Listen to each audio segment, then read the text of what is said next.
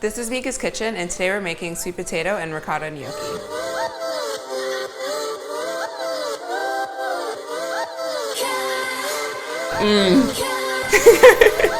Sweet potato is healthier than a normal potato, and it's really in season right now. So the first step we're gonna do is pierce the potatoes about 4 times down and 4 times around. Make sure the oven is preset at 400 degrees Fahrenheit, and we're gonna put it in there for about an hour. Now we're gonna cut open the potatoes and scoop out the flesh in the bowl. You can eat the skin, but for gnocchi purposes, we're not going to today. You wanna mash the potatoes to mix it all together. You can use a potato ricer, and I'm just gonna use a fork today. Next things you're gonna add is a 1/3 cup of ricotta, a teaspoon of salt and pepper, and just a pinch of nutmeg. I put nutmeg in all my gnocchis. It just adds a really good flavor. You just wanna mix it all together before putting in the flour. Add the flour, which is 3/4 of a cup. You wanna flour a large surface and knead the dough on it. And you can have fun with this, just sprinkle it everywhere.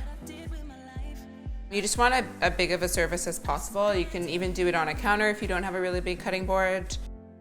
Oh yeah, it's looking great, a really great bright orange color. Sprinkle flour on it just a little bit at a time until it gets to a good dough, but you don't wanna use too much flour. Knead the dough and continuously keep adding flour until it pretty much stops sticking to the board. And your hands are probably gonna get really dirty while doing this. You wanna roll the dough into a ball and cut it into quarters. Take one piece and roll it into a rope. Just have it into one long, even row. I'm gonna cut it in half just so it's easier to roll. And you just want to do the same thing with the remainder of the dough. I'm getting really excited. This is looking great.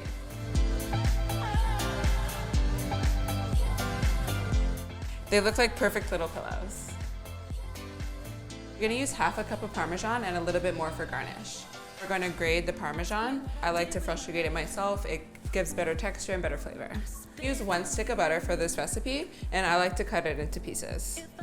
Melt the butter in a pan on really low heat with about a handful of fresh sage leaves till it becomes crispy to make a brown butter sauce. You'll know when it's done when the butter gets a little bit brown and the sage is crispy. Boil the gnocchi in the large pot of water, and they're ready when they rise to the top. Once they're ready, you'll strain them. Toss the gnocchi in the sauce. Make sure to get every last one in. You want to coat it with butter sauce, and if you like a little bit of crisp on your gnocchi, you can leave it for a little bit longer. This is working out really well. The sage has really melted well with the butter. Here it is, the sweet potato and ricotta gnocchi. And now I'm gonna add some Parmesan for garnish.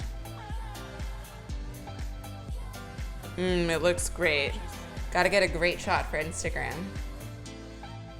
This one's for Snapchat, this one's for Facebook, this one's for Twitter, and this one I'll email to my mom. Make sure you follow me at Mika's Kitchen. If you want me to be really cheesy, like, Now it's time to eat.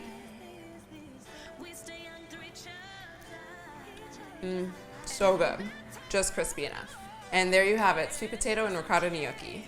I'm Mika, and this is my kitchen.